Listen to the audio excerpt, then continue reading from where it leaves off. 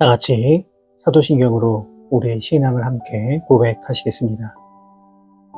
나는 전능하신 아버지 하나님 천지의 창조주를 믿습니다. 나는 그의 유일하신 아들 우리 주 예수 그리스도를 믿습니다. 그는 성령으로 잉태되어 동정녀 마리아에게서 나시고 본디오 빌라도에게 고난을 받아 십자가에 못 박혀 죽으시고 장사된 지 사흘 만에 죽은 자 가운데서 다시 살아나셨으며 하늘에 오르시어 전능하신 아버지 하나님 우편에 앉아 계시다가 거기로부터 살아있는 자와 죽은 자를 심판하러 오십니다.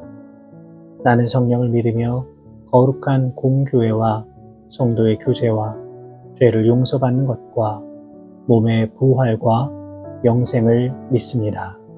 아멘. 다 같이 찬송가 90장 주 예수 내가 알기 전 함께 찬송하시겠습니다.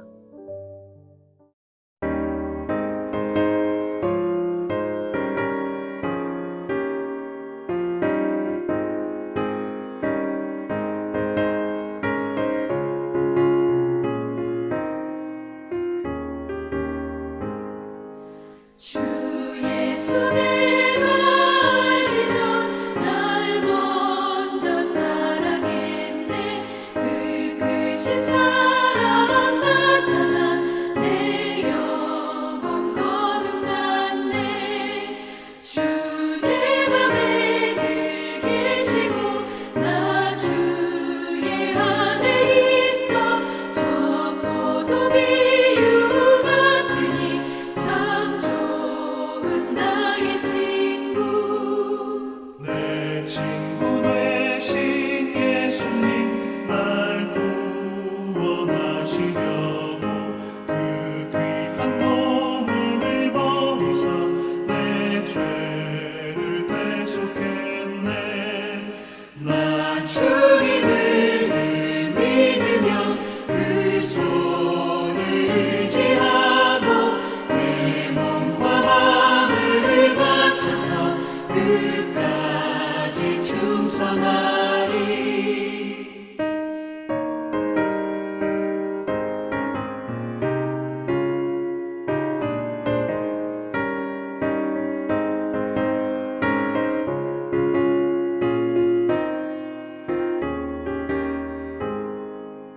내 진실하신 친구여 그 은혜 내려주사 날 항상 보호하시고 내 방패 되옵소서.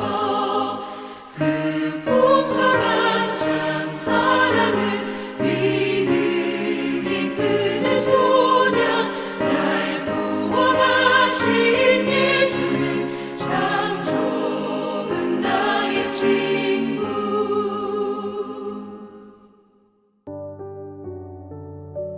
오늘 우리에게 주시는 하나님의 말씀은 신약성경 누가복음 11장 29절에서 32절까지의 말씀입니다.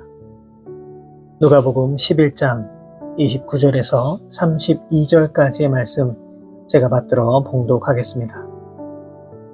무리가 모였을 때에 예수께서 말씀하시되 이 세대는 악한 세대라. 표적을 구하되 요나의 표적 밖에는 보일 표적이 없나니 요나가 니느웨 사람들에게 표적이 됨과 같이 인자도 이 세대에 그러하리라. 심판 때에 남방 여왕이 일어나 이 세대 사람을 정죄하리니 이는 그가 솔로몬의 지혜로운 말을 들으려고 땅 끝에서 왔음이거니와 솔로몬보다 더 큰 이가 여기 있으며 심판 때에 니느웨 사람들이 일어나 이 세대 사람을 정죄하리니 이는 그들이 요나의 전도를 듣고 회개하였음이거니와 요나보다 더 큰 이가 여기 있느니라. 아멘. 오늘 본문은 표적을 요구하는 사람들을 향한 예수님의 말씀입니다. 먼저 표적이란 일반적인 상식이나 자연 현상을 뛰어넘는 초자연적인 사건이나 일을 뜻합니다. 그렇다면 이들은 왜 이토록 계속해서 표적을 보여달라 요구하였던 것일까요? 요한복음 20장 30절 말씀을 보시면 예수께서 제자들 앞에서 이 책에 기록되지 아니한 다른 표적도 많이 행하셨으나 라고 기록되어 있습니다. 다시 말해 예수님께서 이 땅에 계시는 동안 이루 헤아릴 수 없는 수많은 표적을 보여주셨다는 것입니다. 그럼에도 불구하고 이들은 왜 자꾸만 표적을 보여달라 요구하였던 것일까요? 그 이유는 너무나 분명합니다. 이들의 마음 가운데 예수님을 메시아로 받아들이려는 마음이 없었기 때문입니다. 그들의 완악한 마음으로 인하여서 더 놀라운 표적을 보여주어야만, 상상할 수도 없는 기적을 보여주어야만 믿겠다는 마음을 가지고 있었던 것입니다. 결국 이들은 예수님의 표적을 믿지 못하고 계속 다른 표적을 요구하다 결국 예수님을 십자가에 못 박고 말았습니다. 이처럼 죄인이 멸망하는 것은 하나님의 은혜가 부족해서가 아닙니다. 이 은혜를 받아들이려는 그 마음이 부족하기 때문입니다.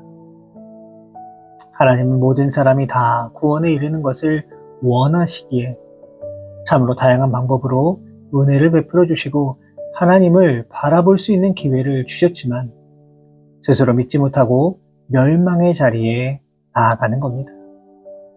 어쩌면 우리도 마찬가지입니다. 우리에게 분명 엄청난 은혜와 사랑을 베풀어 주셨는데 어쩌면 기적과도 같은 삶을 살아갈 수 있도록 선물을 주셨는데 이것을 바라보지 못하고 어떤 기적과도 같은 어쩌면 신비로운 일만을 기대하며 이것만이 하나님이 살아계심을 증거하는 것이라고 착각할 때도 있습니다. 하지만 이것은 분명 잘못된 생각입니다. 진정한 신앙은 눈에 보이는 표적에 빠지는 것이 아니라 하나님의 말씀으로 충만해지는 것입니다.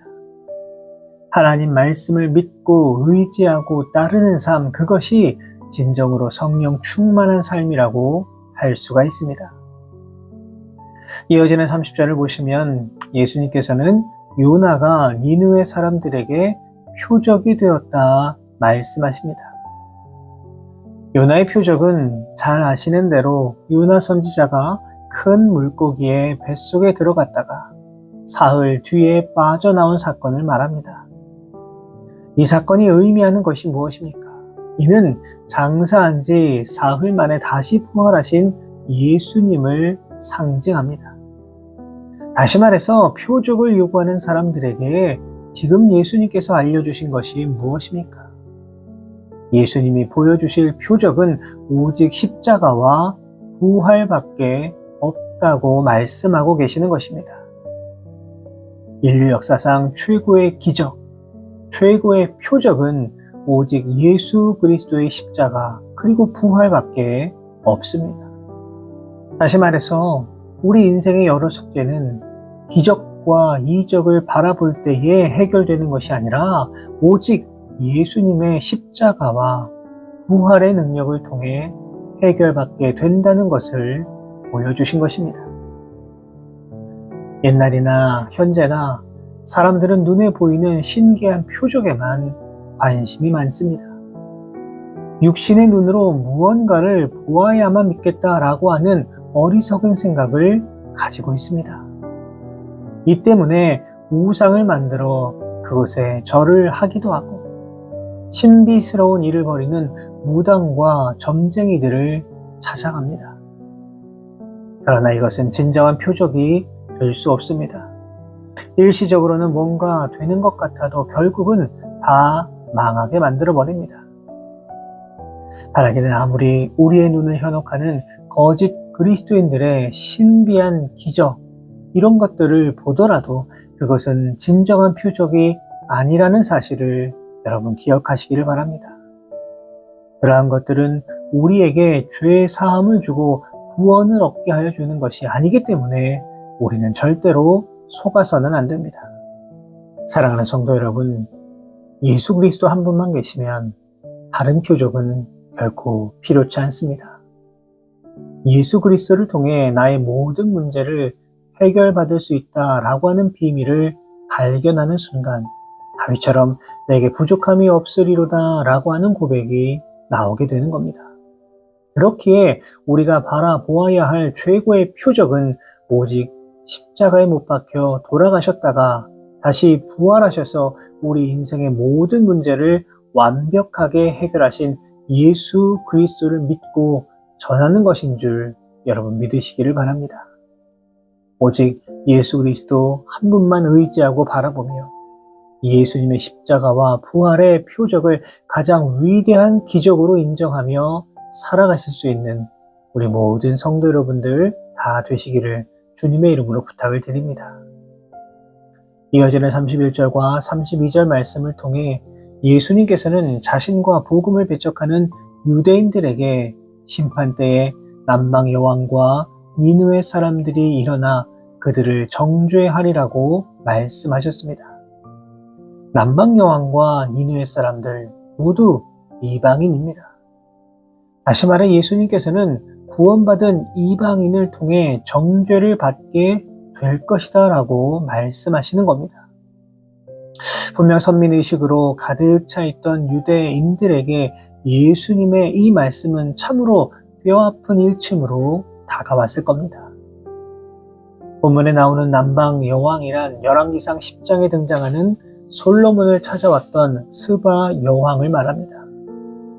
학자들에 의하면 스바란 오늘날 예멘쯤에 해당한다라고 보고 있습니다. 그렇다면 예루살렘까지 굉장히 먼 거리인데 솔로몬의 소문만 듣고 그의 지혜를 얻고자 그렇게 먼 거리를 찾아왔던 겁니다. 그리고 솔로몬이 이룬 그 모든 것을 본 후에 당신의 하나님을 송축하리로다 고백하며 다시 돌아갔습니다. 또한 요나가 니느웨 성에 가서 회개하지 아니하면 하나님께서 성을 멸하실 것이다 외치자 어떻게 되었습니까? 니느웨 성에는 대대적인 회개 운동이 일어났고 하나님께서 이들 모두를 다 용서해 주셨습니다. 이처럼 스바 여왕이나 니느웨 사람들은 분명 이방인이었음에도 불구하고 하나님의 뜻을 알고 하나님의 놀라운 은총을 받아 누린 사람들입니다. 그런데 이에 비하면 유대인들은 어떠합니까? 이들은 스스로 하나님의 선택을 받은 선민이라고 생각한 사람들입니다. 무엇보다 지금 이들 앞에는 솔로몬이나 요나와는 비교할 수 없는 예수님께서 진리의 말씀, 회개의 메시지를 선포하고 있습니다. 여러분 그렇다면 한번 생각해 보시기 바랍니다. 그 먼 거리에 있던 남방의 여왕은 솔로몬의 지혜를 사모하며 찾아왔다가 하나님을 송축하였습니다. 완악하였던 니느웨 사람들은 별다른 이적을 보지도 못하고 요나 선지자의 한마디에 회개하며 나아갔습니다. 하지만 유대인들은 어떠합니까? 날마다 큰 표적을 보여주시고 날마다 우리를 초청하여 주시는 예수님의 그 놀라운 선포의 말씀을 직접 듣고도 외면하고 있습니다. 그렇기 때문에 마지막 때에 남방 여왕이나 니느웨 사람들의 정죄를 받고 심판에 이르는 것은 너무나도 당연한 일이라고 말할 수 있습니다. 사랑하는 여러분, 그렇다면 우리의 모습은 어떠합니까? 어떻게 하나님 말씀을 받고 있습니까? 우리가 하나님 말씀을 들을 때마다 어떤 마음으로 듣느냐에 따라서 축복의 인생 혹은 실패의 인생으로 나눌 수밖에 없습니다. 우리는 그저 말씀을 듣는 것으로 만족하는 것이 아니라 말씀을 들을 때에 그것이 바로 나에게 주시는 하나님의 음성으로 들을 수 있어야 합니다. 그렇다면 우리에게 솔로몬을 만나기 위해 그 먼 거리를 찾아왔던 남방 여왕의 열정이 있습니까? 회개하라는 하나님 말씀이 선지자를 통해 듣게 되었을 때에 무릎을 꿇고 회개하였던 니느웨 사람들의 그 즉각적 순종의 모습이 우리에게 있습니까? 아무리 말씀을 들어도 순종하지 아니하면, 말씀을 듣고도 깨닫지 못하면 오늘 본문에 나오는 유대인들의 모습이 바로 나의 모습, 우리의 모습이 될 수밖에 없습니다. 바라게는 이 시대를 살아가면서 자꾸만 엉뚱한 표적을 구하며 살아가는 것이 아니라 오직 예수 그리스도의 부활과 십자가의 표적만을 의지하시고 하나님 말씀을 들을 때마다 나에게 주시는 생명의 말씀으로 믿고 의지하여서 말씀 따라 이 땅 가운데 순종하며 살아가실 수 있는 저와 우리 모든 성도 여러분 되시기를 주님의 이름으로 축원합니다. 기도하겠습니다. 살아계신 하나님 아버지, 오늘도 우리에게 움직일 수 있는 힘을 더해 주시고 숨을 쉴 수 있는 호흡을 주신 것 감사를 드립니다. 모든 것이 하나님의 은혜임을 기억하게 하시고 오직 주님을 영화롭게 하기 위하여서 주님의 기쁨이 되기 위하여 최선을 다해 노력하며 나아가는 우리 모두의 삶의 모습 되게 하여 주옵소서. 예수님을 향해 더 놀라운 기적과 이적과 표적을 보여달라고 요구한 유대인들의 모습을 통하여서 우리들의 연약함을 돌아보게 됩니다. 혹시 우리에게 이러한 마음이 있다면 다 용서해 주시고 오직 예수 그리스도의 부활과 십자가의 은혜만을 바라보며 나아갈 수 있는 우리 모두가 되게 하여 주옵소서.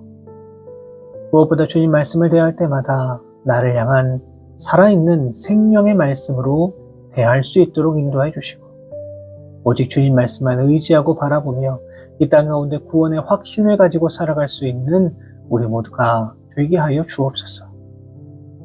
오늘도 친히 우리와 동행하여 주시고 어디 있든지 무엇을 하든지 주님의 영광을 위해 살아가는 복된 하루가 되게 하여 주옵소서. 예수 그리스도의 이름으로 기도하옵나이다. 아멘.